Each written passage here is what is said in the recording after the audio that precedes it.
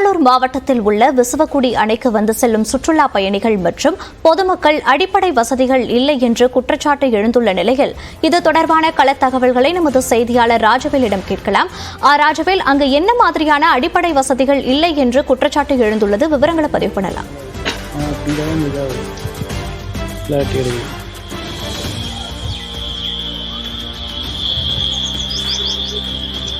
நிச்சயமாக மோனிஷா, பெரம்பலூர் மாவட்டம் வேப்பந்தட்டை அருகே உள்ள விஸ்வகுடி கிராமத்தில் மேற்கு தொடர்ச்சி மலையின் பச்சைமலை அடிவாரத்தில் வந்து விஸ்வகுடி நீர்த்தேக்கம் அமைக்கப்பட்டிருக்கு.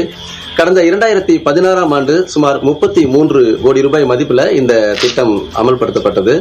அதனைத் தொடர்ந்து இதன் அருகிலேயே வந்து சுற்றுலா தலங்கள் உருவாக்கப்படும் அப்படின்னு சொல்லி அறிவிச்ச அரசாங்கம் கடந்த 2020ஆம் ஆண்டு 2 கோடி மதிப்புல வந்து சுற்றுலா தலங்கள் பொதுமக்கள் வந்து சென்று பார்க்கிற அளவுக்கு பூங்கா அமைக்கிறதுக்கு உண்டான பணிகளை துவங்கினாங்க. சில பணிகள் மட்டுமே முடிவடைஞ்ச நிலையில அதற்கப்புறம் மேற்கொண்டு குழந்தைகள் விளையாட மகிழ்வதற்கான விளையாட்டு உபகரணங்கள் போன்ற எந்த விதமான செயல்பாடுகளும் இல்லாதனால இங்க வந்து முற்றிலும் கடந்த சில ஆண்டுகளுக்கு முன்பு கூட்டம் அலைமோதிய நிலையில் தற்பொழுது ஒருவர் கூட வந்து செல்வதற்கு வழி இல்லாத ஒரு சூழல் ஏற்பட்டிருக்கு.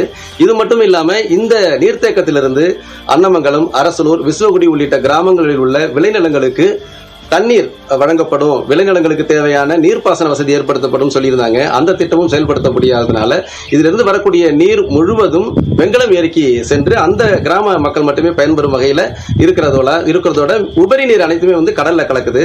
இது சம்பந்தமா இந்த பகுதி மக்கள் நீண்ட நாளா கோரிக்கை விடுத்துட்டு இருக்காங்க. இப்ப இது சம்பந்தமா நம்ம கூட விஸ்வகுடி கிராமத்தை சேர்ந்த முகமது ஜக்கரியா இருக்கார். அவர்கிட்ட நம்ம இதை பத்தி கேட்கலாம். ஜக்கரியா, சொல்லுங்க, இப்ப வந்து இந்த நீர்த்தேக்கம் அமைக்கப்பட்டது சுற்றுலா தலமா மாத்துறதுக்கு உண்டான முயற்சிகள் மேற்கொள்ளப்பட்டு அது எந்த நிலைமையில இருக்கு, அதை பத்தி சொல்லுங்களேன். சுற்றுலா தலமா மாத்திரன்னு சொல்லிட்டு கடந்த 2017ஆவது வருஷம் ஆகஸ்ட் மாசம் அப்பொழுதைய முதல்வர் வந்து அறிவிச்சாங்க.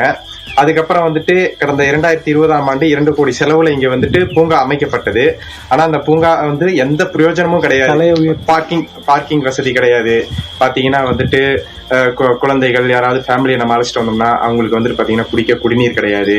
ஒரு சிறுநீர் கழிக்கணும்னா கூட அதுக்கான இடவசதிகள் கிடையாது. குழந்தைகளுக்கு ஏதாவது சிற்றுண்டி வாங்கி கொடுக்கணும்னா அதுக்கு கூட இங்க வந்து ஒரு கடைகள் எதுவுமே கிடையாது.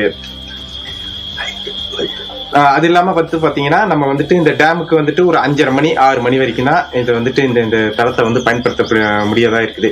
காரணம் என்னன்னு பாத்தீங்கன்னா 6 மணிக்கு மேல இங்க லைட் வசதி இல்லை. ஒரு 7:30 மணி வரைக்கும் இருந்து ஒரு என்ஜாய்மெண்ட் பண்ணிட்டு போலாம் அப்படின்னா அதுக்கான வசதிகள் இல்லை, லைட் வசதிகள் இல்லை.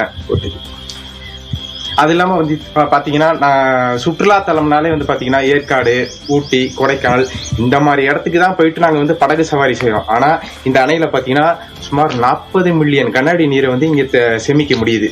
அரசு இது வந்துட்டு கவனத்தில் எடுத்து இங்க உள்ள ஒரு சுற்றுலா பயணிகளுக்கு படகு சவாரி செய்யக்கூடிய வசதிகளை ஏற்படுத்தி தரலாம். பிளஸ் இந்த பயன்பாட்டில் இல்லாத இந்த கழிவு நீர் இந்த மாதிரி வசதிகளை வந்துட்டு ஏற்படுத்தி கொடுக்கலாம். விவரங்களுக்கு நன்றி ராஜவேல்.